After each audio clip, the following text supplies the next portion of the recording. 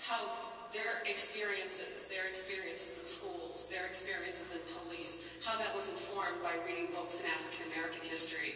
So it started very as a pretext for criminalizing him. So I think going back to this moment, the question here isn't about knowledge in the sense that people haven't been speaking up to these issues. The question really revolves around power and who gets to affect what we know. And that's back to that storytelling, back to this political moment that seems to be shaped more by data than by stories, than by political urgency.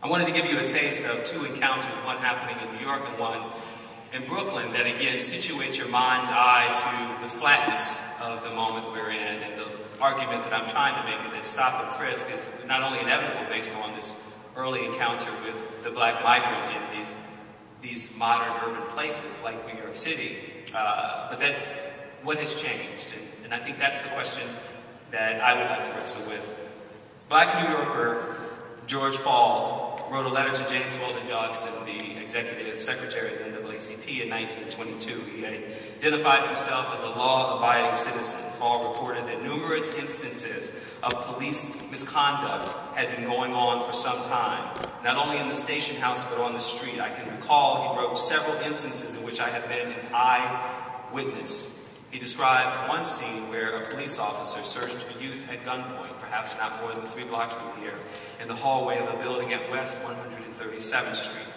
Finding nothing on the would-be prisoner, he continued to question the lad about where he lived. When the youth responded, the officer cursed him and struck the boy in the face. The subsequent action by the New York City police officer may have been a routine practice, but was rarely described by a witness. According to Fald, the officer told the boy to run. Then the officer chased him, attempting to strike him with his billy club.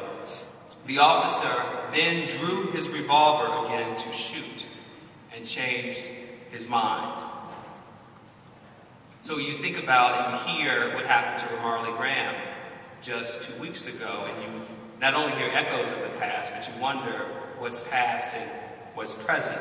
Puzzled and outraged, Fald asked Johnson how, if the officer had nothing on that boy, had he the right to molest him. When questioned by Fald about his actions, the officer cursed him in the presence of women and children and said the boy was a, quote, hold-up man. Fald was not only unconvinced, but reasoned out loud that the officer had probable cause to stop the youth. He could arrest him on suspicion, could he not? Fald closed his letter by expressing hope that his testimony would deliver justice to those who justice deserve. Brooklyn resident, this is my second and final example of this, Brooklyn resident Rupert Clark wanted the same justice when he conveyed the details of his own run-in with New York's finest while riding the subway on July 23rd, 1931. And I know for many of you were as outraged as I was just a month ago when the New York Times reported on the fairly common practice of arresting riders, particularly in the middle of the night, black and brown men, mostly working third shifts, coming to Queens or going from Queens to New York City, falling asleep on a train. They put a foot up on an empty streetcar, they managed to take up 2 seats and they're arrested. So the subway has been a battleground for propriety, for owning one's own body and space in this modern metropolis for almost 100 years.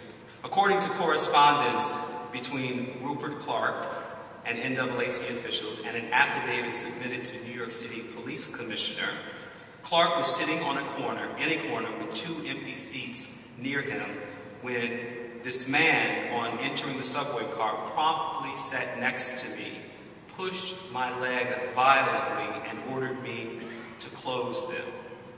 I looked at him a little, thought he was drunk or something of the kind, and returned to my Times, that is, the New York Times. A moment later, he repeated the assault. As it turns out, the assailant was an undercover police officer, James E. Cleary, who arrested Clark after Clark defended himself and pushed the man back. He wrote in his affidavit, quote, "Of all the people in the world, I would least expect an officer to do such a base thing, deliberately assault and provoke a man and then arrest him. Of course, I read about such things in newspapers, but I never dreamed they applied to me. He said he refused to be arrested, but 2 additional officers came to the assistance. Clark submitted. He was locked in a dungeon until he was taken before the judge, where he was found guilty and ordered to serve 2 days in jail or to pay a fine. A white man witnessed the incident, but when asked by Clark for his testimony, he replied, quote, "I saw nothing." Frustrated by the eyewitness's lack of compassion, Clark wrote, "Well, it wasn't exactly a surprise, but I shall always remember him."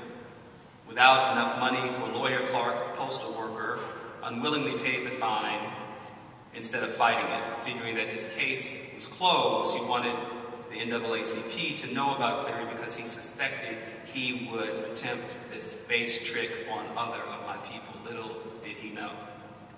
Clark hoped his affidavit would get Cleary fired. Quote, "I am sure the commissioner doesn't want such men on his force." Imagine that. I think one of the most compelling aspects of Clark's story is the way it ends, which is this act of courage and storytelling and telling the story, right? Because this is part of the anonymous, the great unknown of these encounters. I mean, that's one of the challenges for historians in creating usable past and reconstructing the past, is that we're working with an impartial record. We're working with fragments. And so one hears in Clark's voice not only evidence of the scale of the problem. I read in the New York Times of such things, but I didn't imagine they could happen to me. Not only speaks to his observation of it, or George Fald saying, "I've seen this happen not only in the station house, but on the street," but also captures perhaps his own sense of class propriety, that this couldn't happen to someone like him. But I also want to point out that there's an expression of optimism in this moment. I mean, this is a moment where to think that the commissioner doesn't want such men on the force goes against what we think about when we think about the Jim Crow era. And after all, that is what this was. I mean, this was not Birmingham. This was New York City. But yet we know from any number of works the scale of racism as it existed here. The challenges were slightly different. The brutality was certainly less visible than it was in the South, but we have to pay attention to that. We not only have to pay attention to what we hear people like Clark and Fald and Kelly Miller telling us in this early moment, but we also recognize that this is not a moment where the power elite are unaware. And so Clark's own sense of